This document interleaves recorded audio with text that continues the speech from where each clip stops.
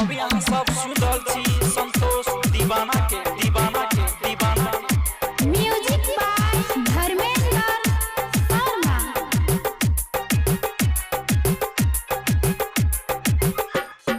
सुखै छो छोरी बर कठबा के पानी जरै छो धान तू कर छे मना मानी।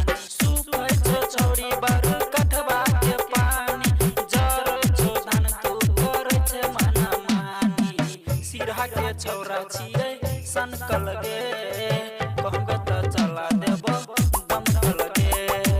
सिरहा के छौरा छियै सनकल गे कहबे त चला देबो दमकल गे। कहबे त चला देबो दमकल गे। Music by Dharmendra Sharma.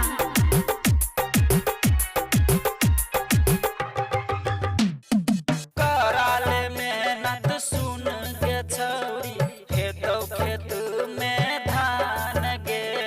कहै छियौ पेट भरतौ गे तोरा करनै तू आब गुमान गे। करनै तू आब गुमान गे। कराले मेहनत सुन के छौरी हेतौ खेत में धान गे। कहै छियौ पेट भरतौ गे तोरा करनै तू आब गुमान गे। बात छौ खेत कर पल पल गे कहबे त चला देबो दमकल गे। सिरहा के छौरा छियै सनकल गे कहबे त चला देबो दमकल गे। कहबे त चला देबो दमकल गे। Music by Dharmendra Sharma.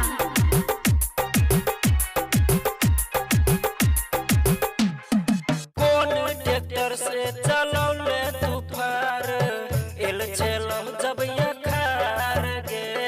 दुब मारै के दवाई मारैते रहितौ नहीं खेत में घास गे।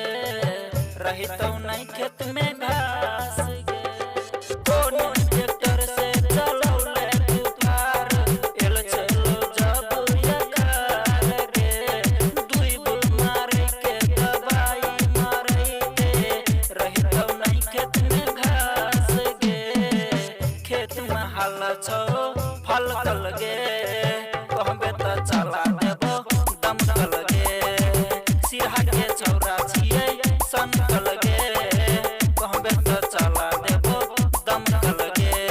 सुखै छो छौरी बर कठबा के पानी जरै छो धान तू करै छे मना मानी। सुखै छो छौरी बर कठबा के पानी जरै छो धान तू करै छे मना मानी। सिरहा के छौरा छियै सनकल गे कहबे त चला